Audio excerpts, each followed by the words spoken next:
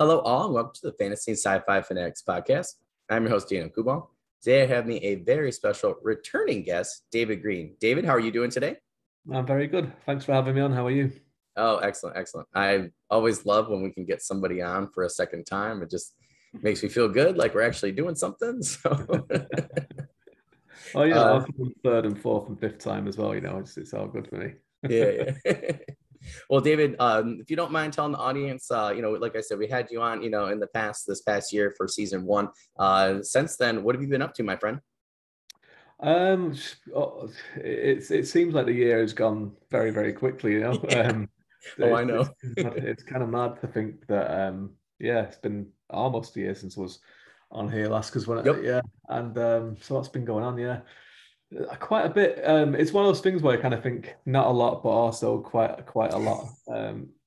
Like professionally, because I do a lot of ghostwriting, so um, there's been a lot. I've written quite a lot of books that will never have my name on it, and hopefully people will never know that it was by me because that's the idea.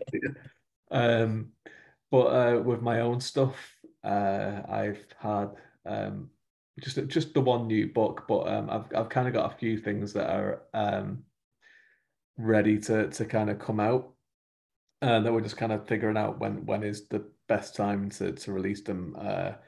And they're not like kind of full releases. They're kind of like 0.5s, I suppose, of Mm. series and what have you, that kind of stuff. We're just kind of figure out when's the best time to bring them out and do little tweaks on them because they're kind of weird, those kind of stories, because they they're not just like a story in terms of like this is a story I want to tell. It's like there's a real kind of thing about them where it's like, will this entice new readers, and does Mm. it reward existing readers? And it's a real kind of like study of them where it's like, does this work?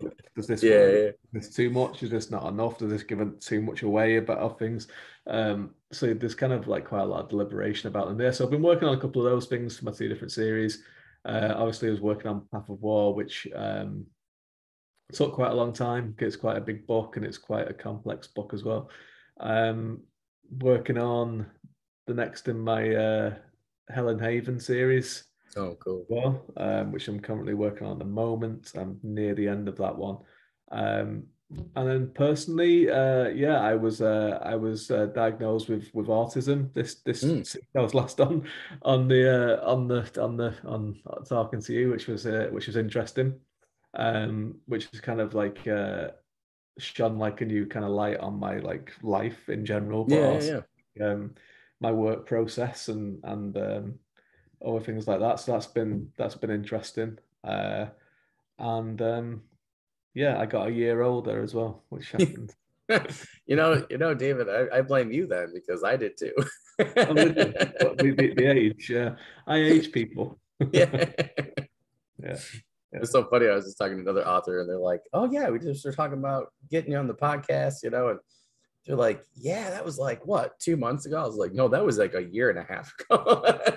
And they were just kind of like, oh, wait. I'm like, yeah. And like to me too, it seemed like, I say that all the time and I'll be like, oh, yeah, like I'll tell a story to my students, but like, yeah, like a couple of weeks ago. And then I'm like, damn, that was like a year ago. Don't Right. don't say 2 weeks, like it makes me look like I'm getting senile or something. But Yeah, I think it's like, I think the pandemic has kind of just warped oh, the definitely. idea of time completely because Yep. like the last 3 years, like nearly 3 years now, feel like they shouldn't really count as 4 years. They Yeah. should count as 6 months each or something, like, Yeah. Yeah. Yeah. be Yep. generous. But no, unfortunately, time marches on, and Yeah. we all get What's extra wrinkles and yeah, yeah, yeah. extra things. It is crazy to think that it was like a year and a half basically, right? And then for me with like sports and stuff, it was basically like, stuff got canceled for 2 years. Like I did track, but usually I do like volleyball in the fall, and we have like we didn't get to do dances with kids, like at school. We didn't get to do these fun activities. We didn't get to go on field trips. We didn't get to do end of the year stuff, and I had like some really good groups of kids in those 2 years. I'm just like, it was just, it was almost like they didn't happen. Usually I take pictures of all my kids, like we're doing all these fun things or activities. So I have like this board, and now it's like a wall basically, which is kind of Right. cool over the years, but I, I'll be talking about something. And some of the kids are like, "Oh, are there any of these kids?" I'm like, "No," because it was the pandemic, you know. And it's crazy to think in like 15 years that I still won't have any pictures of those kids or anything. Like we always take them at the end of the school year and stuff. So I did get a couple of those, but yeah, we didn't get to do a lot of things. So it's just crazy to think that like that time's just gone. And Right. and you got to, yeah, I think for us older people, it's one thing, but to be in that moment and have those be your formative years, like I gotta Yeah. imagine that's got to be just it's interesting from a writer's perspective, I think, to think about. But Yeah, it's a weird one. Like, like I know, I know. Obviously, I know him. He's my nephew, but my nephew is coming towards the end of his time at secondary school. But he's mm, really been in school for the last 3 years. mm, Right? yep. And it's at that point where he's been like 14, 15, 16, where he is like kind of discovering himself a lot more and like kind of how he fits into places. But he's spent most of his time in his bedroom, right? Because that's where he's been doing his schooling and online and all that kind of stuff. And yeah, it's interesting. And I wonder, like in a few years' time, when it hopefully it all kind of settles down and everything, and we kind of move on, like how because I already kind of see the effects of it in a lot of people's writing, Oh, yeah, for sure. Yep. especially this year. Like last year, there was a little bit of it, but obviously those were the people that were quick to process and quick to write things, right? And there was this year. There's been a lot of it where it's like, um, but even my own stuff, like Solitude Shadow was written during the first lockdown, and obviously the name like Solitude Shadow, and there was a lot of people that were kind of like looking for connection with other people and people that were like in very solitary places. So it wasn't like to do with the pandemic or like a disease or anything like that, which is Yeah. like what you're kind of seeing quite a lot now. There is like a Yeah. lot of Yeah. going out where it's like there's a disease and there's this and there's this. Like I was working on a ghostwriter project where and it came in maybe October of I started it on October of last year to October 21. And that was like about a plague. It was a fantasy, Mm. a plague in a fantasy setting. And I'm kind of like, do I want to write this? I don't know if I can want to, like, but I ended up doing it obviously. And but yeah, so there is like you are getting a lot of that now where it is like there is like a plague or there's a disease or there's this, but then there's other more subtle uh influences on people's writing. I think from the pandemic, there's a lot of I've noticed a lot, especially in fantasy. There's a lot of like long distance communication things Yeah. Yep. Yeah. in Yeah. people's books, Yep. because it's just became like so like second nature to people that was how you just communicate with everyone. Yeah. Um, and that's the great thing about fantasy is that you can just do a fantasy version of it. Yeah. No, it's like I had this one thing that I want to do with my books, and it's like a really cool like progressive thing after like the first few years of them or whatever, or like set them out, and then I was like, oh, this was such a cool thing, and it's like very. I feel like I combined a couple different genres. It's like, oh, this would be really cool, and then I was like, well, it was like all of a sudden like I'm taking away that ability for people to travel. And it's kind of the same thing, and at the time before the pandemic I was like, oh, this is really cool. And I thought, well, I guess it really doesn't matter though, because people wouldn't really be affected that much. Right. And then after the pandemic I was like, oh my God, I was like, we were affected so much. So I was like, these people in the fantasy setting not being able to travel the way that they've been able to fast travel would be massive, and I started to think as a historian, like with sociology, like what kind of effects that would have on their society. And all of a sudden, this, kind of cool, just little fantasy sci-fi idea I had all of a sudden became like this huge world building thing that, Right. had a lot of depth to it. And I was like, Yeah. wow, I was like, that actually makes a lot more sense now. And it's crazy that, Yeah. it happened to us and had to, I think it does go to show, that your experiences, really do shape, a lot of what you write. So it was very interesting. But Yeah, yeah, exactly. And I say like, some people are a lot more kind of work a lot more to kind of put it into the background, and some people are very kind of upfront about it. Like two examples that I always kind of think about is Tolkien and C.S. Lewis, oh, because yep, they were both in the same writing group. They were friends. Yep. both writing types of fantasy at the same time. Um, and they were both very, very Christian as well. And there is definitely like some of that you can see in Tolkien's work, Oh yeah. like Messiah figures and what have you, where it's a lot more transparent in C.S. Lewis's work than it is in Tolkien's, like Yeah. by far, right? And to the point where like Tolkien was on record as saying that he dislikes allegory in all kinds. It's just not for him. And if people want to find, because like there's all that kind of stuff where people are like, well, the ring is a nuclear weapon, and there's this and there's this and this, and Tolkien's like, no, it isn't, right? But if people get that out of it, then that's fine. That's what they read Yeah. out. Whereas C.S. Lewis was very much like, yeah, this is my version of the Bible. Right. Yeah. Yeah. And it's very, very much like that. It's clear to see. Aslan is Jesus and Yeah. this and what have you. Um, and there's even like a last battle and everything Yeah. like Yeah. Yeah. that Yep. in it and all that. And some people really like it, some people don't. It's a little bit too much on the nose for me. But for in terms of Tolkien, like I know that that's his background and I know that's his beliefs and everything like that, and I can see some influences there. Oh yeah. Not so much, but not. It's not like it still tells its own story. Whereas and Brandon Sanderson's kind of the same, I think, because obviously he is. If you look into Brandon Sanderson at all, you kind of he's very very upfront about like his what he believes in and his like faith and what have you.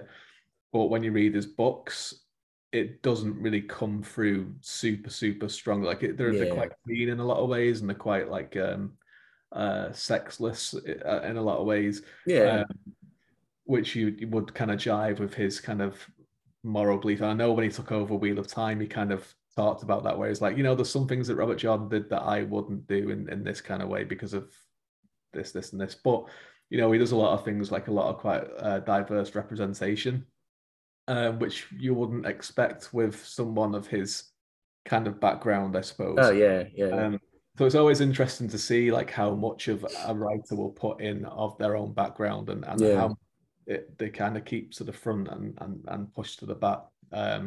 Some people are just more suited to it than others, I think, and that's Yeah. definitely something that I'm noticing with the pandemic is there are some people that are very much like this is about what I've experienced in the last couple of years. Yeah. And Yeah. people are like, this is a story that I want to tell, but also this stuff has crept in because it's what I have experienced, but it's Yeah. not my focus, right? So it's interesting, but it's always interesting to kind of see the process of different writers. But I always find the Tolkien and C.S. Lewis one quite an interesting one. And there's like a lot of really great stories about the two of them, about like critiquing each other's work. Um, there's a famous, and I'm not sure if this is like the actual like verbatim thing that C.S. Lewis said, but it was something like, "Why are you always writing about fucking elves for?" And it's like, well, you're writing about talking lions and other things. Yeah. So, And talking otters and yeah. yeah, My favorite yeah. one's the beaver. He's like one of my favorite characters. Him Right, and that's and his wife. it's a really unusual one because it's like obviously C.S. Lewis, obviously English, and that type of fantasy isn't super popular in England. Like, there isn't a lot, and like Redwall, for example, like I always see a lot of in like fantasy groups and everything. I always see a lot of American readers Oh, talk it's so huge. well. Yeah. Yeah, and it's Huge. just it's not a thing in the UK like at all. Like it's not something that was popular or would kind of people would talk about a lot. Like some you would have some people that would have read it and everything, but it's just that kind of style of fantasy just Yeah. didn't kind of I think it's a Disney. I think it's a Disney thing. I yeah, think you have Mickey Mouse, who's very popular. And you have. I just think it's that time. I think because Mickey Mouse is a fantasy, right? Like whether or yeah, not whatever he's doing, and then they have in all the. I just think you had multiple generations grow up with that type of fantasy in terms of cartoons. Um, the animals are doing all sorts of stuff and Snow White, Cinderella, whatever.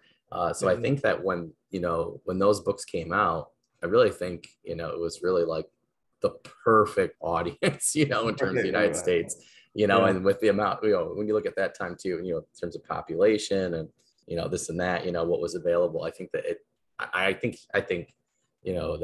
that was a genius move by Yeah, yeah, James. Yeah. yeah. That's Like that's a, but I'm like, it's like it, I always think like, what's the new thing like that, And my friend was like, right. Teletubby Warriors or something like that.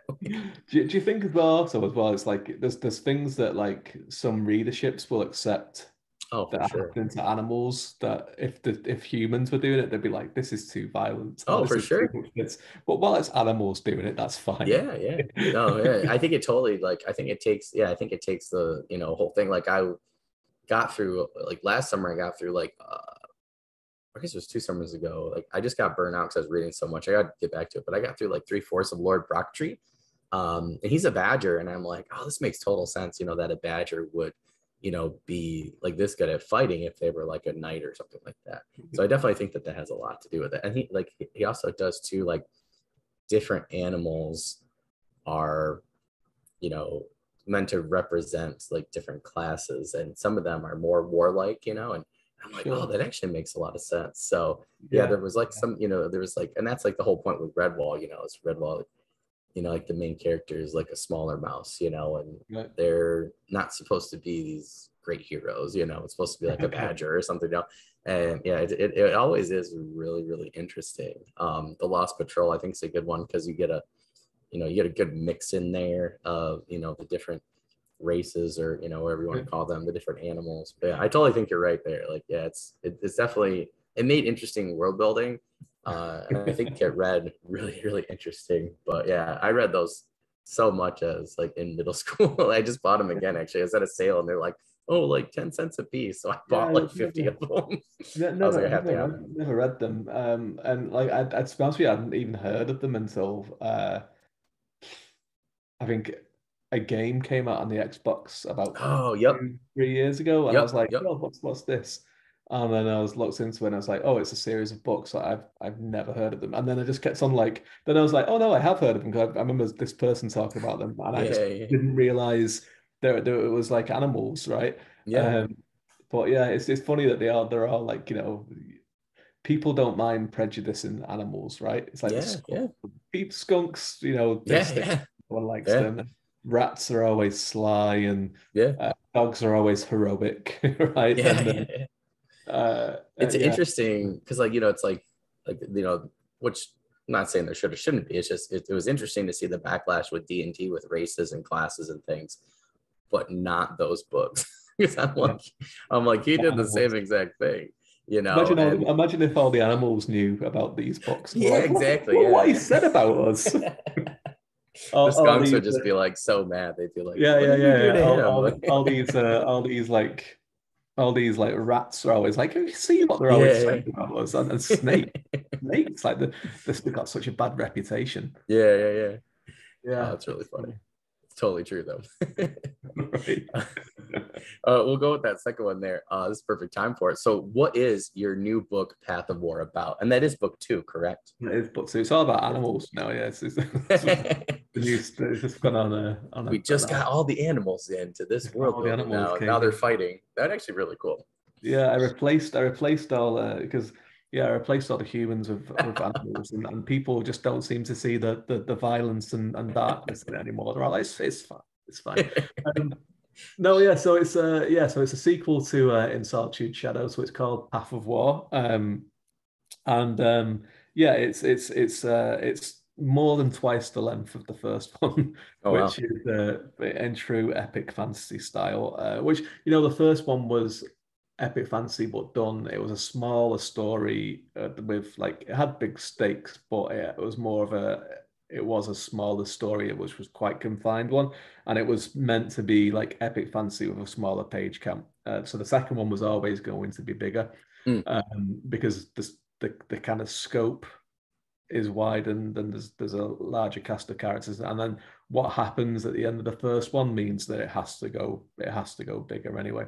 yeah, yeah. um, but when I started writing it, it was the second of a trilogy, but now it is the second of four because Oh, I was gonna say that. Interesting. yeah, because when I was working on it, and I outlined it, um, and I was working on it, and I was like, this is a little bit longer than what I thought it was going to be when I was kind of working on it, when I was getting towards kind of middle of it. But I was like, that's fine, because like what I was thinking was I aimed for like, I think I originally aimed for 80,000 words, which was quite naive at the time. But like Solitude Shadow was 60, so I was like, it's a little bit bigger. Yeah, That's yeah. all.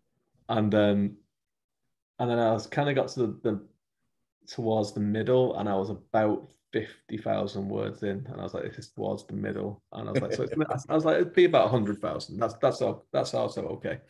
Um, and I got up to a point where it was just one line that says, "Colleen has an adventure alone," which is but I had no idea what this adventure was, right? And Colleen is like one of the main characters, and so at the end of the first book, she is kind of left in a situation where like her entire kind of perspective of what she thought um Holtveld was, where she lives, and her relationship with herself and with other people has changed. Like Mm, it'll never go back to being the way it was.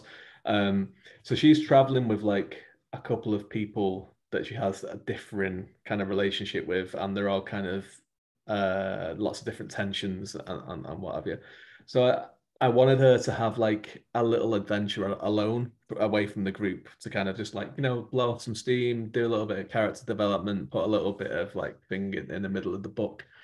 Um, but I thought like when I got to the sentence, I was like, this would be like a chapter or maybe two chapters at most. So it ended up being like about a 30,000 word sequence whoa. that's in the middle of the book that like I kind of cut away to and keep going back to go to all the characters and come back and other things.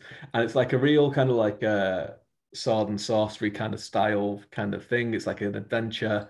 Um, Other characters come in that I ended up going back then to the start of the book and read and did a new prologue and kind of threaded through this idea because I thought the book was okay up to this point. I thought it was going all right, but then when I went back to it, I was like, you know what? There's nothing kind of tying the different POVs together at the moment, Mm, like as a wider kind of arc, other than this is a continuation of the first book. So when I was doing this bit and had these kind of things that I kind of introduced, I went back and kind of so it made it look like I planned this thing all along, which I hadn't, and it kind of tied it all back together. But yeah, it ended up adding so.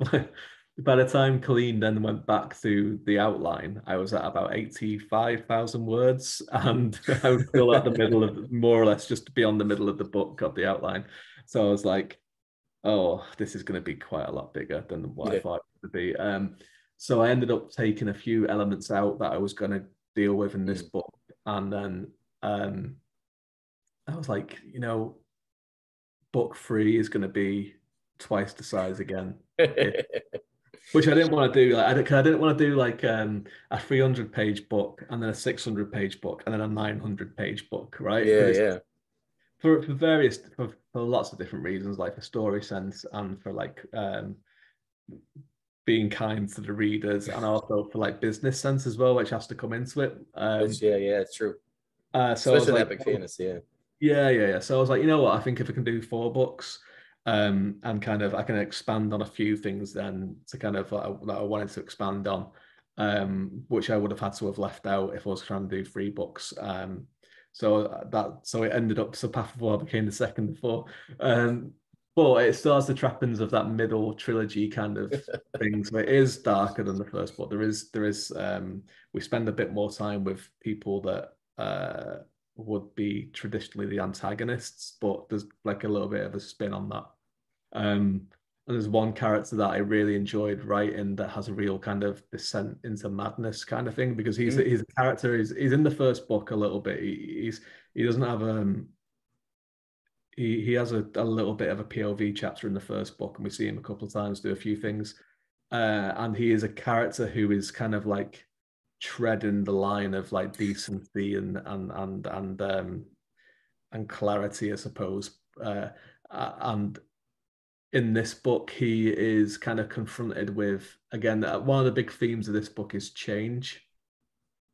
So the first book, a big theme of that one was isolation and looking for connection with people. And one of the big themes of this one is change. Obviously it's called Path of War. War is change, and so this character is kind of confronted with a change where he sees himself in a certain way, and he has a certain role to perform for his empire and for himself.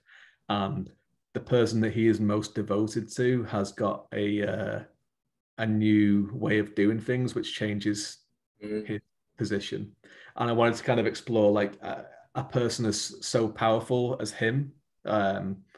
What would happen if the status quo was changed so much, and what would he do? How would he respond to this? And it That's was a interesting. really fun thing to write, Yeah, but it yeah. was really kind of like one of those where I was kind of I'd finished writing a section of him and had to go and like go and watch The Simpsons or something, or just go and like go and look at some sunshine and flowers and everything, because it was like, wow, I was like, I didn't think I would quite be able to go quite as far as that. Yeah. Um, so yeah, so there is those bits, but one of the things that kind of continues on from the first book is that there's that sense of like, no matter how dark things get or how many mistakes are made or anything like that, there is still hope for something Mm. better. Um, if and it's there if you want to fight for it, which is a few of the characters kind of go on. So yeah, it's a book I'm really really proud of. It's the best book that I've written, I think. Um, and yeah, there's a few twists in the tale as well, which I think people have responded to a lot better than what I thought they were going to, because I was Mm. expecting a little bit of anger, and I did get a little bit of anger from people, but I still enjoyed the book. But they were still kind Yeah. of like, That's good that they're feeling anger. Like you want them to feel something, right? yeah, Otherwise, yeah, like, why do it? You know? exactly, yeah, exactly, and that's the thing as well. Like the twists in it, like people have said they make sense. Like they were like, I can't believe I missed some of this stuff, but also that they kind of didn't like the fact that some of the things that I'd done with some of the characters, because they like some of the characters and what have you. But that's the thing as well. Like you're right. You want people to feel things, because with the first book. Colleen, who's one of the main characters, you get I got some people that would email me or in reviews say like they really didn't like a character because they don't agree with her standpoint, because she was estranged from her mother with her mother, who's also one of the characters. And people would take sides between the two of them, which was I thought was great. And I was like, you know what, that's fine. You don't have to like it. You don't have to agree with her. I was like, this is the start of her arc, and maybe you'll like her in the future. Yeah, yeah, yeah, yeah. Um, but that's not a problem to not agree with her and not to like her, And I think that's one of the funny things with again, going back to kind of like readerships and some types of readers. I think sometimes there's a thing where it's like you have to like the main characters, you have Oh, to yeah. agree with them. And I don't think that's the way that you have to be anymore. Yeah, Like, no. that is challenging for some people, Yeah, yeah. and that's fine. And if that's not like I like to read classic fantasy a lot, and I like the heroes being heroes, and I like the villains being villains. But also, I like to read um, ones where heroic characters make mistakes and they have Yeah, views that I don't particularly agree with. yeah. And I like to see what journey that they're going to go on, and if they're going to change or not. Yeah. Which It I makes a think good is, story. yeah, exactly, and that's kind of what I wanted to do with this book. Is to If there kind of wasn't conflict, right? Like without or within, it's like, well, like there'd be no story. So that's why sometimes I just don't understand that. Like Kelly McCullough's like the Fallen Blade series, like with the main character Arrow, like I was just like, holy crap. Like, and the only redeeming quality I think he had at the beginning of the book was like he had like his familiar and they had a great relationship and he took right. care of him more than anything. And and that's I think I told Kelly when I interviewed him, I think you hit that nail on the head of having a great character that started off just like kind of like human trash, like this assassin and stuff, and he's drunk himself, into Mhm. despair. And but to see his arc go from that, and his skills are dilapidated because he hasn't taken care of himself, and then to, well, now he's doing like 3 more books, thank goodness. But but to see the arc, I mean, it was absolutely gorgeous. So I can only imagine if I stopped myself from reading, I would have missed one of my favorite characters, of all time, and like an amazing story. So Right, yeah, yeah. And like, you gotta you know, it, you've got to kind of challenge characters, and you've got to. I think you have to challenge readers as well. And yeah, like again, like I think it's fine that people would want to read something that is like very comforting and very much like this is the role this character is going to play. This is their arc is going to be like uh princess to queen, and there'll be a few bumps along the way, but they're always going to make the right decision. They're always going to be good. I mean, that's fine. Like I like reading stuff like that too, but I don't particularly find that as interesting to write. And mm, I want to write totally. characters that make mistakes, that have different viewpoints to me. Like the whole like Zana Colleen conflict. Like I would be team Zana completely, You right? heard it here first, folks. Yeah, that's mine, but that's because I'm a parent. So like it's one of those Yeah. things, and it's like it's funny, like, but I also then wanted to make it very much like if I'd been uh before I was a parent, I would have been team Colleen, because I would have been like, don't want my parents making these decisions for me. Like, how dare they? Right? I'm an adult. I can make my own decisions, and this kind of thing. I know more than them. I know more about the world than they do, even though they, whatever. No, as you do when you're a younger person.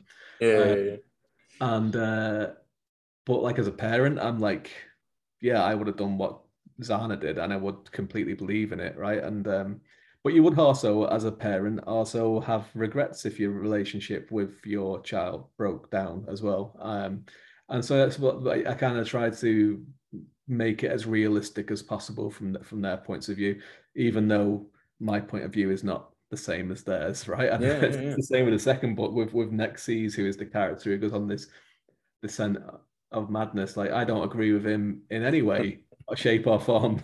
Right? There's very, very little things that we have in common with each other, yeah, but I kind of have to believe his point of view when I'm writing it, because yeah. otherwise it wouldn't ring true. And that's one of the things, the interesting thing about this series. And I remember a reviewer kind of struggled with this thing with In Solitary Shadow, but then they went back and read it a second time, and it kind of clicked for them a little bit. Was Mm, that, and I think as well, it was one of those things where it's like, yeah, oh yeah, there's going to be more. So I know there's like, there's this might be the beginning of these people's arcs. Is that even the good characters, the ones that are like the good characters, they're all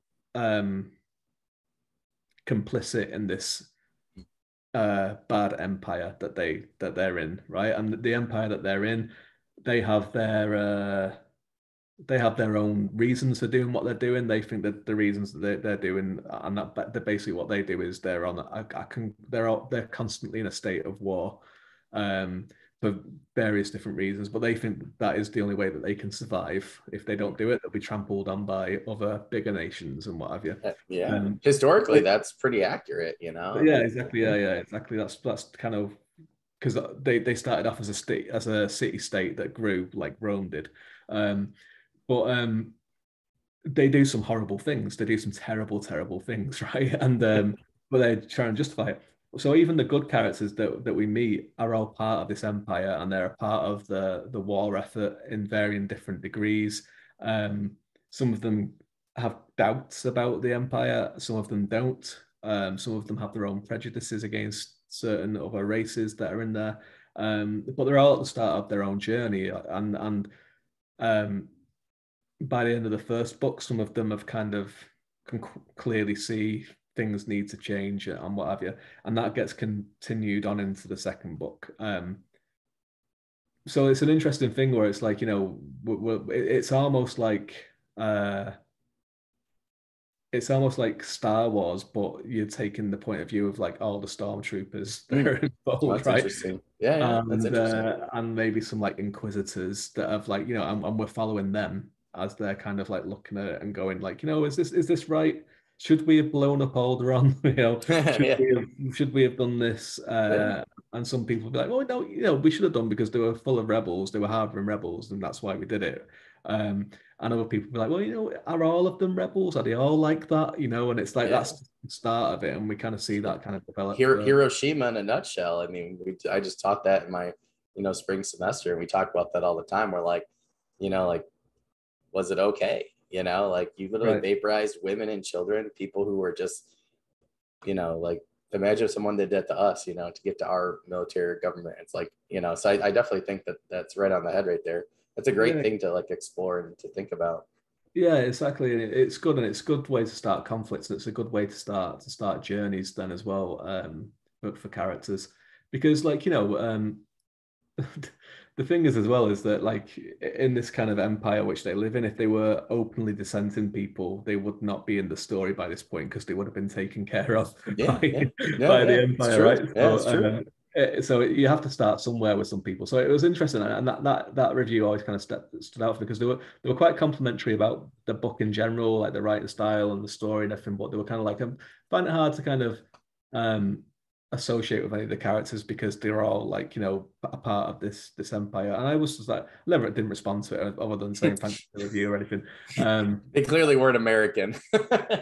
They were American. They were Oh my god! American. So Right? like that's what drives me nuts is because like that's literally our country. Like it's like it is imperialistic still. It is. I'm like we have never left one country. Like we're still or near a country. With a base or something. So that's interesting. They clearly Yeah. don't even look at their own society because that's literally our society in a Yeah, yeah, nutshell. yeah. Like Yeah, but that's I just thought it crazy. was interesting. Yeah, I just thought it was interesting because like they were talking in the review that they like to have that kind of good character that is like a very, very Mm, good all the time. And mm, I would argue that like some of my characters are good people, like they are good people, but they just so happen to be a part of this empire as well, right? yeah, yeah. And but they went back and read it a second time, and they were like, oh yeah, I get this a little bit more now. And it was funny because it was when this review came out, I was about I'd just written that big tangent bit in Path of War where it kind of deals with that quite head on, with that Oh kind of yeah, yeah. hypocrisy of people and Oh, that's complicity of cool. people. And I was kind of like, should I just wait until the second book? But I was like, I said, we'll leave it. And because it was something that was part of like the tapestry of the book from the start was Yeah, like yeah. to kind of explore that that thing of like, you know, the people with good morals and good um good actions, but it's kind of like working for Amazon, I suppose. As well. Right? It's like let's get these deals out for these indie authors, but it's like also Amazon is going to take 70% of everything that you make. Yep, I think that's a great way to put it. Like I was just talking to a buddy of mine about that because he was like, "You hate Amazon." I said, "But all my friends or books are on Amazon." I was like, I can buy more of everybody's books if I do it on Kindle, versus paperback. And I'm like, and everybody gets more for sales, Um, it's a much greater, percentage than to do the paperbacks. So I'm like, until they flip flop it, I'm like, plus $20, 20 bucks doesn't even get you usually one paperback book on Amazon, but it's like Right. 20 bucks, like if I do it right, I mean, that's easily 10 authors, Yeah, I yeah, yeah, mean, yeah, like, yeah. maybe more, if I, Yeah. picky and choosy at times and stuff. But yeah, I'm just like, yeah, I think that's a great analogy because I think of it all the time because my students call me out on it. They're like, well, you hate them, but you're going to write for them. I was like, well, I'll probably end up going wide at first, but I said, it's a paradox, right? I'm like, they got Yeah, one of the largest exactly. platforms. I'm like, what do you do? Yeah, Yeah, exactly. that's Like, a great way to put it. Yeah. we're all lining Jeff Bezos' pockets, but Yeah. we're trying to Where's help my other people. rocket, Jeff? Where's my rocket? Exactly, but we're all trying to help other people at the same time, right? And it's Yep. yeah, so it's one of those things That's like interesting. aren't we all kind of complicit in Yeah. a We're way, all part of the empire in some way, like, right? yeah. I mean, yeah, that's true. Yeah, I never thought of that before. Kind of just blew my mind there, David. That's what happens when you that's what Path of War is about. Yeah, yeah. Oh, that's awesome. Well, I just think you have a lot of cool stuff there. I'm this one character that came up when you were mentioning, like you don't have to like every character, but you can still relate to them. Like for instance, like Thor 4. you know, with Christian Bale's character, and I guess I'm biased because I love Christian Bale, but he, like his character is a lot like one of my dark gods, and I was like, oh my gosh, it's crazy to see something that was literally in my head appear on the big screen. And he's got like the God Slayer sword, and it literally looks like exactly how I pictured it. And I was like, oh, that's so cool. But you know, you get to the end of the movie, and I'm like, the whole time I'm thinking like, oh, this guy's crazy. But then you get to the end of the movie, and I'm like, holy moly! Like I'm thinking like, would I do the same thing? You know, like, and I'm like, you know, obviously like there are corrupting forces and stuff, but you know, it just, I liked it so much more from a writer standpoint. Like Thor 3, I liked more from a audience standpoint, but from a writer standpoint, and then I heard like it was just amazing. And then I heard this, you know, thing where, because at the start of the movie, Korg is actually like the rock guys telling the story. Well, I heard this thing where about the exaggeration and the comedy where they're like, yeah, Korg is telling the story, not Thor, you know. Right. And from his point, now I was like, that blew my mind even more from a writer standpoint, because I'm like, that makes sense that certain things in the movie happen different than the other three because it's not right. Thor's perspective. So from a writer standpoint, I'm just like, I told my buddy, I was like, we got to go see it again. Like, you know, because there were so many, and it's one of the few that I'm definitely going to buy like a copy of, just from a writer standpoint. But Agor is one of those where it's like, I don't agree with everything he did, but at the same time, you know, as like a future parent, I'm like, I get it. I'm like, I do, you know, and it combats with certain themes. So I definitely get what you're saying there. I'm like, you know, it's interesting. Yeah. Yeah. I think that's the problem with some people is I don't think they can put themselves. I don't think if you're a parent, like if you're not a parent, I don't think you can quite put yourself in the perspective of like the scope of the movie and his machinations, you know? Yeah, it's definitely different. And it's one of those things that before I was a parent, and there's probably people listening to this that aren't parents that probably will roll their eyes now. And I was one of those. Whereas like I'd hear people say, like, oh, when you become a parent, it changes everything. And I'd be like, oh, God, like, you know, yeah, I have nephews and stuff. I know, you know what I mean? I have pets. Right. Yeah. And I have pets, and you know, pets are the same. And it's like, it's honestly, it's not the same. Right. And because like, you know, the main thing is like your pets might bark sometimes or meow or something, but they'll essentially do what you want them to do.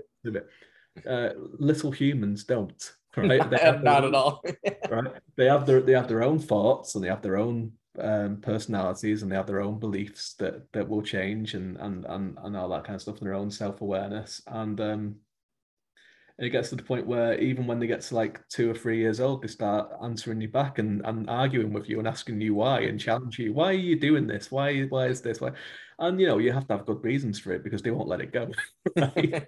And sometimes you'll have, and I have these, like my son is autistic as well. Like he's 4.5 now. So we have very, very in-depth conversations sometimes. We're both like we both like to know why things are the way that they are. And we have these discussions where it's like, you know, we might disagree on something. He might be like, well, why is it you are doing this? And I'd be like, well, I'm doing this because I don't want this to happen to you, and this and this.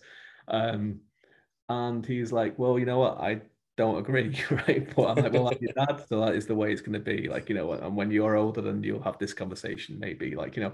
And this is the kind of thing where it does change things completely, because you're not going to have that conversation with your dog, no matter how much they, you know, they love you, or you love them. Like, you know, they will accept that you are doing the best thing for them. Whereas a human will not, because they have, you know, it's all about ego and everything like that. You know, and that's when it's going.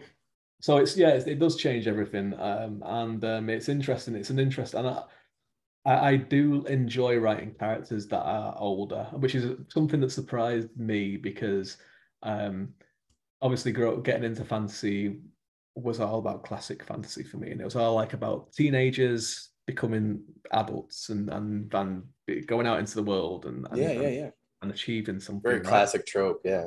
Yeah, you know, like for the age, yeah. Yeah, Belgarian and Wheel of Time, even Wheel of Time, you know, Wheel of Time, all the characters are teenagers at the start of it, and they're only, by the end of it, they're only in their early 20s, if that. Some of them aren't even in the 20s yet. And Star Wars, you know, Luke Skywalker's 19 at the start and what have you. So is Leia. So it was that was like the kind of thing where it's like you're right about teenagers and these days if a man writes about teenagers it's fantasy it's adult fantasy, but if a woman writes about teenagers it's young adult, which is kind of Yeah, blows my mind all the time.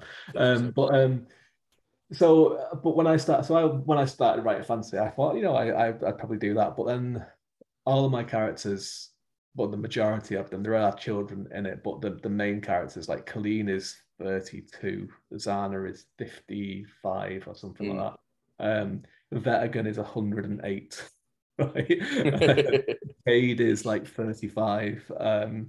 In my urban fantasy, Nick Halloran in this next book that I'm writing, he's 42 because it's Mm. set a little because they're a little bit set in the future. Is actually the same. It's the same date of birth as me. Like he's born Mm. 1983, so he's Oh, that that's age. cool. And I just think that's interesting to write because you do get like being that kind of age, you do get this kind of like you're kind of set in your ways in a way. Right when you get to in your 30s and 40s, you kind of set in your ways. Um, but then there's other things that come across that challenge you in lots of Yeah. different, and that can be social change, that could be having a child, that could be um, physical changes, physical decline, things like that, right? And there's all these little weird things that happen that are like, you used to do this, but now this is going to be the way that it is in the Yeah. future. Yeah. Um, and it's interesting to kind of have these little kind of I keep saying little, but they're still huge. But these kind of like run of the mill, everyday kind of challenges for these kind of characters, Yeah. as well as then these big ones that you bring into it because it's fantasy. So it's like Nick Halloran at the minute, like in the book that I'm writing, because he's the same age as me. I was going through this phase recently where like I have kind of like bad knees from playing sports, Mm. like Yeah. Yeah. wear and tear. And I got into this point where it was like, I could go out for a run, or I could go and do this, and then like my knee would be a bit sore after the run. I'd be like, I accept that. That's normal. I get that, Yeah. right? Yeah. But then I was going to this thing where I was like, I'd be asleep and I'd wake up in the morning and my knee would be sore because I'd just been sleeping. And it's like, this is Yeah. right. But like I've been treating it well. It's been on this nice soft mattress all night, right? Yeah. Yeah. So like I was working that into Nick Halloran. So he's got this big thing where like there's this big, like showdown between heaven and hell coming, and then he's like, kind of trapped in the middle of it. But also his knee is sore because he's just slept in a strange way, right? I can Um, relate to that. yeah, exactly. And it's just I think it's just funny. Like it's one of those things that you can do with like kind of older characters that like you can't do with younger ones, and Yeah. Yeah.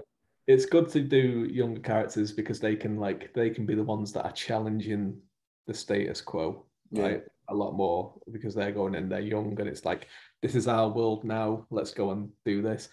But it's quite fun to do like a character that is like in the middle of all this. Like you got the older people that are like setting the rules. You got the new younger people that are coming in trying to change it, and we're just in the middle, just going like, come on, I just get my knees are sore. Yeah, yeah, yeah. That's I've like got a Christian headache. Bale, The Dark Knight Rises, like he had those servo knees Yeah. for a while until because you do think Um, about it, right? You're like, wow, this guy was in top physical shape, but yeah. he's still like at that point, like a 48-year-old human guy, and it makes sense that he's fighting crime every night with all those injuries and things that, Yeah. I it's remember got to be watching the really, film. collateral damage. So Yeah, I remember watching that film and thinking like, God, he wouldn't need those things on his knees. And then like now, like 10 yeah. years later, I'm like, I would love those things. Just in normal life, I would just, I really like the Deus Ex series, like Oh yeah. the video games, and it's all like about human augmentation and everything like Yeah, that. yeah. I led a shared board anthology once called Zero Hour about like a cyberpunk kind of thing. I really like cyberpunk, and that was fun to do. But I always kind of think to myself, like, if it was like mass market technology, I would definitely replace my legs with Oh, like for sure. with metallic ones. I'd be first in line. I'd be like, great, what else can we replace? Yeah, Replace yeah. my hips, replace my spine. I'd be like, let's just go for it. Let's just do it. Yeah, yeah, yeah. Don't No, care. totally. I, Um, I would do that with my left ankle and my right knee because every time right. my back gets tight now, I have to like do all these every day. I do exercises. I gotta go. I mean, it's been like a 2-year thing that I've been correcting, so it's really my fault. But I got there. They go. Did you do a lot of like contact sports. I was like judo, taekwondo, football, whatever, I'm like, what haven't I done, And they're like, oh, it looked like you've been in a car accident, like 3 of them, like bad ones. And I was like, oh, so we've been like, getting it worked out. I have been feeling better, but I would still I'd be like, yeah, just replace it. Just replace it. And that's the thing with these like cyberpunk things, is you kind of like, I always laugh at it. Nowadays I laugh at it because like a lot of a lot of the culture is like done like, it's like a fashion thing, isn't it? Like they keep re-argumentating each other because of fashion, and this it'd be out of necessity for like, it'll be 40-year-olds just going there going, look, like I'm doing physio every week and it's just not doing anything. Like let's just get rid of it. Let's just replace it with something. I always think of like eyes, like if they're able to replace eyes where I wouldn't have to have contacts or glasses anymore, like, and I have autism. I have astigmatism. So I just think it's like one of those things where it's like, like now they're starting to develop it, but I'm like, it's still so new. But I'm like, if I could just like, bam, wake up and all of a sudden, like see 2020. I don't even care about, zooming in and stuff, but like just being able to see, 2020, not have to put the contacts in every day, that's or worry about taking them out. Yeah, I wouldn't use my bionic legs to run faster or jump over buildings or anything. You just want to sleep. I just want to sleep. I just want to wake up in the morning and not have to just like kind of like straighten out and rebend my knee for a little while and just be like, just hop out of bed, go about that's the technological revolution that we're looking for. So we're not asking for much here. We're not asking for super speed. We just want to be able to sleep. It's totally true, though. It's totally true. Yeah. So we did talk about, in terms of like length. So it's really cool that you're going to be doing 4. I find that interesting as a writer and an author. I just, as an author, I'm like, sometimes I feel like it's not a trilogy and, might not be doing, like a quintet, like 5, but sometimes maybe you just need 4. I've known people that have been like, oh, this was going to be a trilogy and now I'm just going to, chunk them up. They're still writing book 1. They're like, I'm going to do a duology.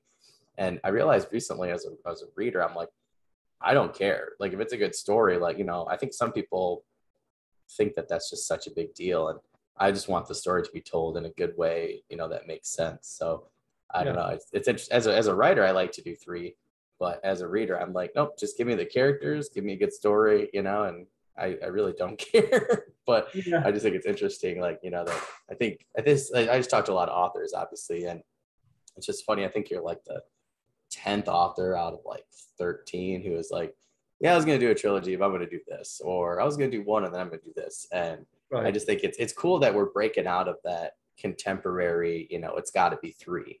Because I think we have that ability to actually tell your story, and I think you'll get a lot more high quality stories when people aren't worried about fitting into those contemporary boxes.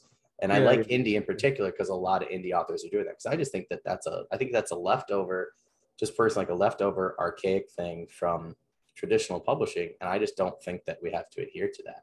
And I think there are a lot of readers like myself who are just like, like you look at Rob J. Hayes, like Never Die, like holy moly, like keep writing in that world forever. Like I don't care how many, I don't even care if they're connected. Like give me new characters, you know what I mean? Like just expand the world. Like I mean, and I think his series, those books are like a good example with the Mortal Instruments, where it's like you don't have to do the contemporary thing. Like if you have a cool story and cool characters, cool world building magic system, like people are going to read it. I think at the Forgotten Realms all the time. It's like there were a lot of them were trilogies, but some were series like Bob and Elaine, Ed, and then there were other ones that were standalones, and I still read those. And people just did not seem to care. They just wanted, like myself, wanted to be in that world, interacting with those characters as much as possible. Eberron, Dragonlance, like I feel like the list goes on and on. And you think of some of the other ones. I'm totally gonna blank on but there's all those other ones too, those offshoots. Spelljammer, is another really good one. Ravenloft, so I just think it's interesting that I like it personally that we're expanding past this old this old system. I just think the way I think about it is that, like, if you've put in all this work creating this world, right, and it's got like all these different nations and all these different people and all these different belief systems, and and all that. Just because that story that you're telling is over doesn't mean that the world is over. There's more Yeah, yeah, stories to tell, yeah, right? And what's the harm in going back yeah, 200 years later?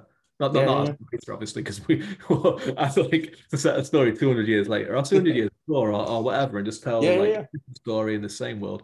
And there might be little Easter eggs, there might be little crossovers, but there doesn't have to be, like, and as long as you've not destroyed the world yeah, completely, there's you can have, but even then, you can still go back because that's what they did in Planet of the Apes too, yeah. and That's true. the Yeah, Earth, and then they were yeah, like, well, here's another four movies afterwards as well. yeah.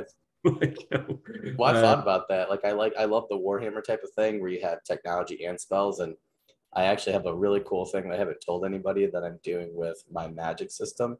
So I'll have my fantasy, and then I'm actually gonna do like a, Brandon Sanderson, where I'm gonna set it 2,000 years in the future. So then there's, they're traveling and doing all those things, but right, it's gonna keep all the contemporary, like when you have somebody go, because I like I love Warhammer. I love the thought of D&D in space, yeah, and there's so many things. And I was like, oh, well, how could I explain this and do this? And the world building, with building, able to build off of it and then to do these cool things. I was like, oh, this is cool. And I was like, then you get to do that history in between. And it just made, some of those things from a writer standpoint more fresh, and I just thought like, oh, it's cool. So I was able to come up with all these different things. So yeah, it is interesting to think. And I just had somebody on the other day who their episode hasn't released, so I won't say it, but or their book hasn't released yet. But they yeah, they were like, oh, I'm gonna try this story here, and then they realized that their story is actually set 5 years in the future. So then they switched it. So I just think time's an interesting concept. Like if it's not working for you now, like maybe move it up a couple years or back a couple, or really right, find the good point in that story. But yeah, yeah, it's exactly, interesting when you think about it. yeah, definitely. So I would take it then, since you're talking about having 4 books. Do you have any plans for book 3? Um, Yeah, I'm gonna start working on it pretty soon. I'm gonna finish off the next Nick Halloran book, and then I'm gonna go and do the next two or the last two Empire of Ruin books back to back because hmm, it's just to finish off the series, yeah, yeah, uh, all this story in the series anyway. So yeah, I have like the second book kind of leaves a few kind of hooks as to where the story is going to go. Um, and it's just it's one of those things. It's where it's just kind of um, because there's two more left to go. I kind of just want to make sure that this one is like kind of before I start it. I just want to be like, okay, this is the story it's going to tell this and this, and it has to do this and this, and it has to set up this as well for the last book. mm, So it's probably the trickiest one to kind of write. But it will be the trickiest one because like the last one I've never written a last in a series before, but yeah, I imagine like it's kind of it's tying everything up right, and it's just finishing off storylines and all. And obviously doing that in a satisfying way is tricky enough, oh, for sure, and it's never going to please everyone.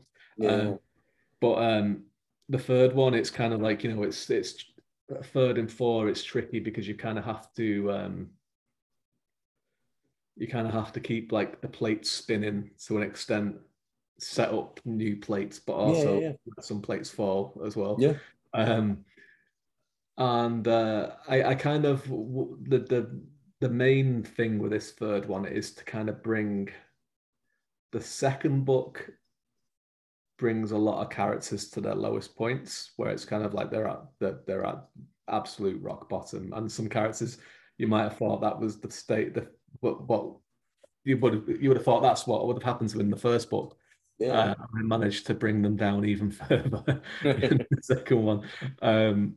So there's a few characters there that are like kind of at rock bottom. So I kind of we're going back up onto the upward swing with some of these characters. So there's going to be which is tricky because I want it to make sure the stakes are really really high, and I want to make sure that like the overall threat is very threatening. It's Yeah, very yeah, memorable, yeah, but I also want to kind of bring in this kind of like sweeping adventure and and putting some characters back up onto their feet again. They're ready to face the final kind of Yeah. conflict. So yeah, it's going to be an interesting one. The book is the book is going to be called Beyond Sundered Seas. Oh, that's cool. I like Uh, that. so there's a which again is a little hint as to what is going to be happening in the story. We're going to be leaving. Some characters will be leaving Hopevelt for the first Oh, time. that's cool. We'll be seeing Beyond Hopevelt. And then the last book is called At Eternity's Gates. Oh, I like that. That's awesome. Yeah, which is good because it kind of the whole four books tell a little story in titles. This is where my autism comes in, right? So like I had the first book in Solitude Shadow, and I was like, well, I have to. The next one has to be 3 words as well. So I was Path of War. Path of War was really easy. It's just because Yeah. it came, it was very easy. But then I was like, I have to. Not only did it have to be 3 words in each one, but you also have to tell a kind of a story. So it was like In Solitude Shadow, Path of War, Beyond Sundered Seas, At Eternity's Gate. Oh, I So it's like that. there we go. We get into a Yeah, that's little bit of a cool. thing. That's Um, interesting. but it took me a long time to Yeah, yeah, do. yeah. I can No, imagine. actually, the last one actually, At Eternity's Gates wasn't too bad. It was the middle. It was the third one. Beyond Sundered Seas was the one that was like for ages. And I went onto my Facebook group at one point, and I was like, what name should I use? I had like loads of different ones. That was one of them, thankfully. Oh, that's So cool. one of the options, That's a but good there was a idea. few other options as well. But yeah, so I hopefully by January I'll have books 3 and 4 finished, and Well, that's awesome. by this time next year, both of them will be released, and I'll be doing something new. That's cool. I like how you did that. I'm gonna have to think about that for the future. That's really neat. So what is one thing that you hope to see yourself accomplish in your writing career, like years and years from now, when you look back? Like, what's the one thing you like want to have done or have Um, happened to, I guess, too? yeah, it's a funny one because like my reasons for like kind of getting into it were very very kind of personal ones anyway. Because the only thing like I'd always wanted to be writing, but I'd always put it off. I was always like, I'll do this when I'm 30. I'll do this after this happens. I'll do this and I'll do this after this.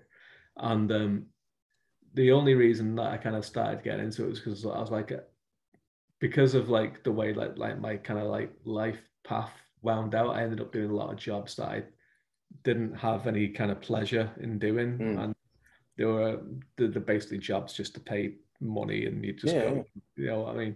Um, so I had nothing really to kind of show for like my life really. Like all the things that I wanted to do, I hadn't either yeah, done or I just hadn't done or let them pass me by.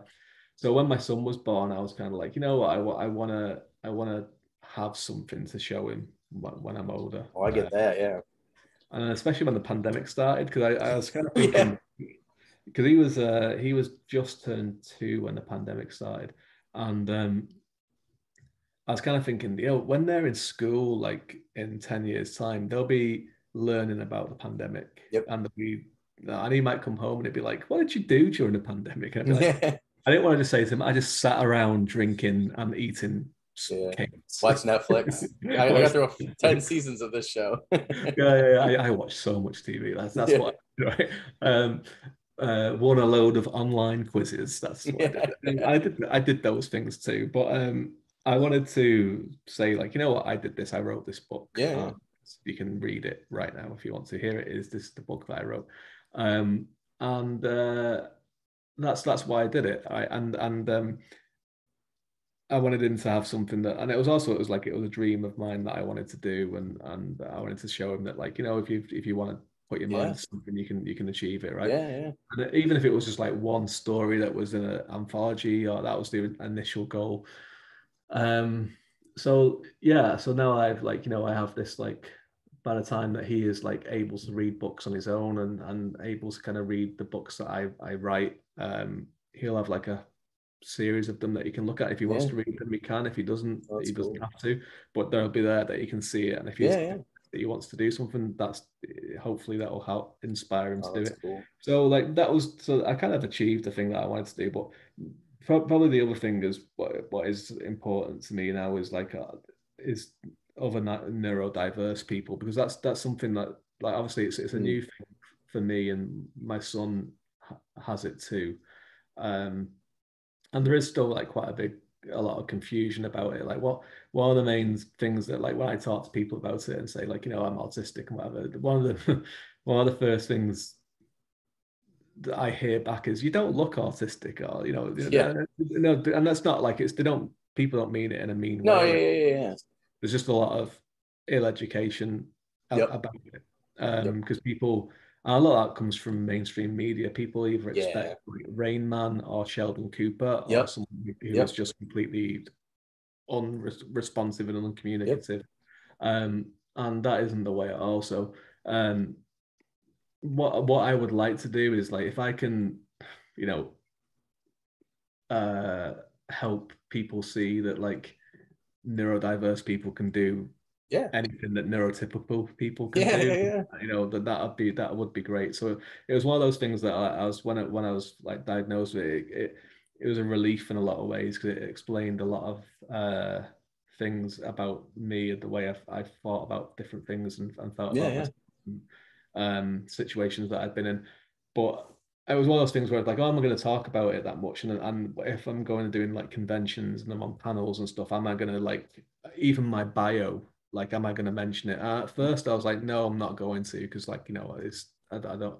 But then I was talking to someone about it, another author called Rachel Renner, who, I was talking to her about it, and she was kind of like, I think people would find it quite inspiring. If you did, I think it'd be a good thing. So I did. I changed my bio and put everything like, neurodiverse author and what have you.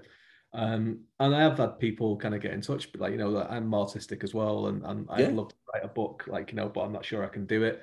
And it's great. And I've met other authors that are like me, and other, and it's just, yeah, it's a really good thing to kind of do. So if I can kind of, again, like, show people that are neurotypical that, neurodiverse people can do this stuff too, or I can show, like, or I can help other neurodiverse people that want to Yeah. do this. I've got doubts, or I've got things that it's, they've heard that it's not for them. Yeah. Yeah. Right? Then that'd be great too, if it's even just like one person. So that'd be kind of my aim now. Well, not my aim, but that'd be something that I'd like to kind of look back on uh, and think, yeah, I help kind of shift Yeah. on this for some people. That's cool. I mean, as a teacher, I definitely, I've been in the game now for this upcoming year, will be my 16th year in public schools, and in some sort of capacity, paid or not paid. I've definitely seen more representation matters. I mean, whether or not, you had like the one character in a wheelchair on Glee, or, that was one in particular where I had some kids who were like, oh yeah, like, and then all of a sudden, I had kids in school that were like, oh, I could definitely do these different things, and, Yeah. and that was singing, which I can't do. So I'm very jealous. But, I've had kids that are like, oh, I'm going to, go and do this for Special Olympics, or I'm going to go do this. And then I've had, girls who in particular who are like, oh, I can do that. I'm going to go play football, and Right. there's so many things. And, I think if you don't have that one person do it, it's like you have an entire group of people that it starts with one person, So Right. I think it's totally true, that I've definitely seen where it definitely makes a huge difference. So. Yeah, and that's the thing. Like, and I know a lot of people think this is like a political thing, and I really don't think it is. It's a human rights. It's Yeah, not even a human it rights. really is. Yeah. It's a human existence thing, right? Yeah. We all exist. To exist isn't political. We just exist, right? Yeah. And this is why, like, I think diversity is important. And when people talk about diversity, they don't just talk about skin color or sexual Yeah. Totally. orientation or gender. It's about everything, Yeah. and it's those things too, and it should be. And the reason why it's important is because it shows people it's not just a closed shop, right? Yep. And it shows people that, like you say, like you with Glee, with the character who's in the wheelchair, it shows all people that are like that person, that it's like, well, I could do this too. I could, like Walter White's son in Breaking Bad, who had Mm. cerebral Yep. palsy. The Yep. actor has that condition, Yep. and it's like shows other people that, you know what, you can become an actor if you want to, if that's what Yeah. you want to do. You know, John Krasinski, his daughter in A Quiet Place, you know, so she's deaf, and is deaf, he made yeah, everybody learn sign language, which I think was just makes. I actually right. think that that should be taught anyways in schools. Yeah. You know, Well, things like that. the character for Echo in Yep. it as well. Yep. She's native, and I'm not sure if that's the right term or not, because I'm not American. But like she's, you know, she herself, she you know, it's all shows that it's open to anyone, and that's what Yeah. it means. It doesn't mean that like people are trying to say that like. I think a lot of people think that, oh, diversity means that this isn't for you anymore. It means it's for everybody, and Yeah. everybody can go, and Yep. it's Everybody okay. has a seat at the table. Yep. Yeah, and that's what it is, and that's why it's important. And you know, there's from my perspective, obviously, like, you know, I'm a straight white man. You know, I identify as male. I'm this, so a lot of ways I am like kind of like the place of a lot of privilege, and I am. Yeah. But I'm also not neurodiverse as well, and it's great. It's great then to kind of see um other writers that are like me, that can do this, and are writing characters that are like us, that are like us. They're not Sheldon Cooper, and they're Yeah. not the Rain Man, and they're not like um always that way, because we're not always that way, and that's what's great. And when you do open everything up for everyone to be involved, you do get this better understanding of what people are Oh, really for like. sure. And that's what bothers me sometimes, is because like writers, obviously stories are important to writers, but the most important thing to me as a writer is characters, is people, right? And like obviously if you want to make better characters, you need to understand people better, Yeah. No, it's true. and people's challenges, and people's point of views better. And that's the only way you're going to do that, is by opening things up. Because like, you know, I could write a white straight man, European bald man story number 7,251 really well, because I'm like, I am that character. I Yeah. know I could write all those characters so well, but then like that's not what the world looks like. I'm not what the world looks like. Yeah. Right? I'm just a part of it. And so yeah, that's the so that'd be something that I'd hopefully can help with in the long run. And if I do, that's great. That's an excellent answer. I get good answers for these lately. So this one is, what is one other medium that you would love to see one of your novels portrayed as, whether TV, movie, video game, cartoon, manga, comic book? What would be like one other medium that you think would be really cool? Well, yeah, I'd love TV, right? Like you know, one of the big streaming services would I would happily sell them my rights. You guys are That here, would heard it be, here first. All right, everybody.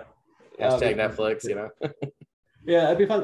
You know what? Anything, like I think it's just I think they're all great mediums to be on. Like I'd love to see more anime adaptations of Yeah, things. it'd be cool. You know, I think fantasy really speaks to anime in a lot of different ways. But the thing is, the funny thing is like there's always a kickback against movie and TV adaptations, but it's the same. There's different constraints on every different type of adaptation, no matter where it goes to, be it That comic is book, true. be it radio, be it whatever. It's all different styles of storytelling. And what you do is you take in one thing and turn it into that different type of storytelling.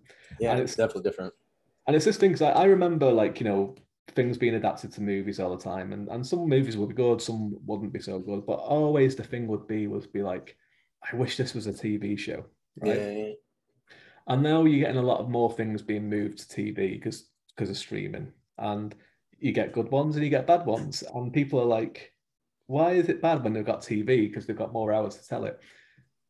But it's because the way of telling a story on TV is completely different to telling a story in movies, right? So yeah, it's, you know, and people, in a lot of ways, it's easier for people to accept a movie adaptation, because people understand what a movie is a lot more than what they do with TV. Because with a movie, there's one way of telling the movie. yeah, Generally, it's between 2 to 3 hours long.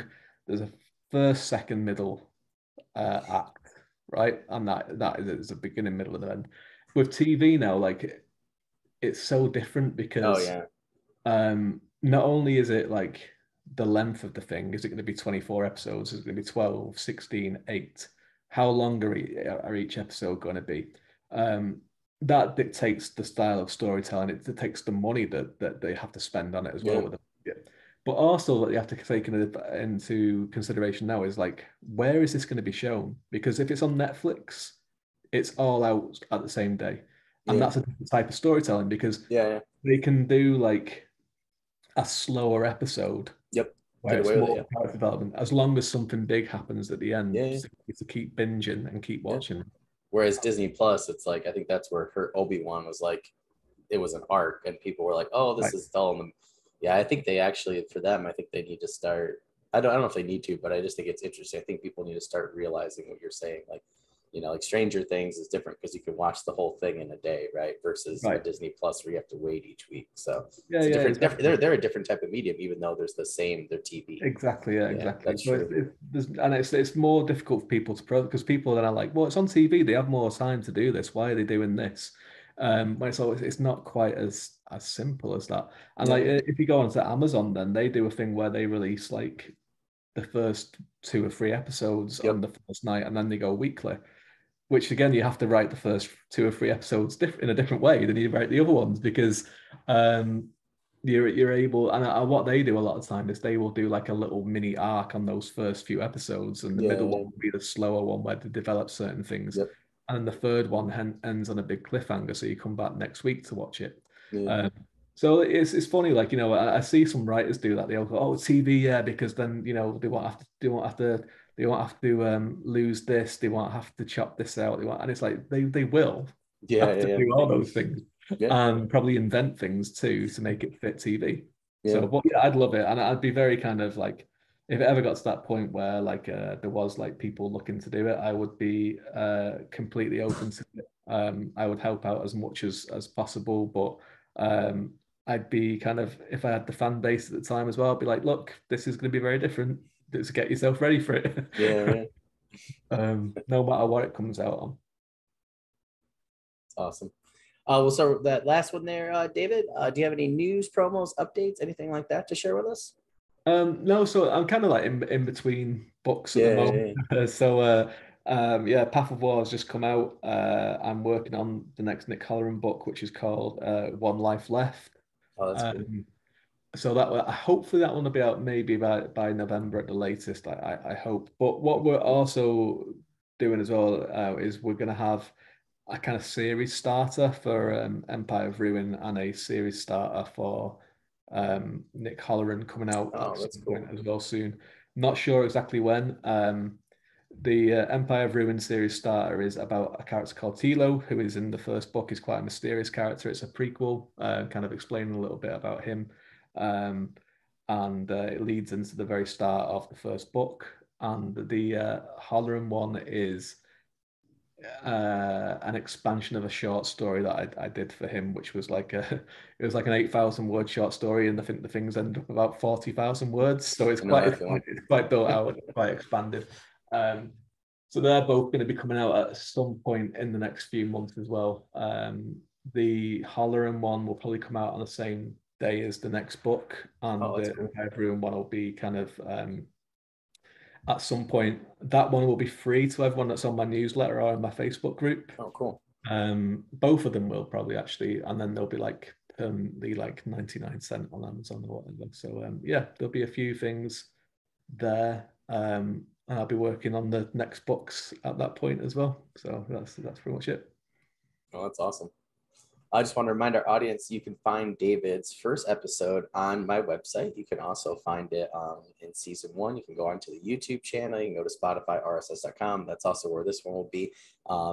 You'll also be able to check out all of his books and socials in the description, anywhere we find this audio or video. So please make sure you guys like and subscribe, share every episode for David here. That way we can get him, as many people see in this interview as possible. And per always, please make sure you're going, checking out their socials. And if you are, hopefully you're reading their books, buying them, reading them, but also please make sure you're reviewing them because that's ultimately what's going to help them in the long run. So especially if you like a story, make sure you review it, because that's a surefire way to get another one in the future, which is why I review all the books that I read every single time. David, I really want to appreciate you for coming on again. It was really awesome talking to you. You gave me a lot to think about. So I'm going to be sitting there thinking about, Redwall and all sorts of things all day now, which is great for me. But, I love having people back a second time. So, November, just let me know, and, we'll schedule another one, when you get that next book going, and, we'll do whatever we can in the meantime to help you out. So if there's something else I can do, you just let me know, my friend. Thanks very much. Really enjoyed chatting to you as always. Yeah. Well, I'm really looking especially forward to our third time. You'll be one of the third guests that will be coming back for a third time. So I'm really excited about that. Nice to build up a platform and, get authors keep coming back to releases. That was one of my main goals. So that's one of my goals for the podcast that we're starting to check off. So that's awesome. But I hope you guys have a great rest of the day. David, like I said, if there's anything else I could do for you in the meantime, just let me know, my friend. Nice one. Thanks very much. Have a good one, David. See ya. Bye. Bye.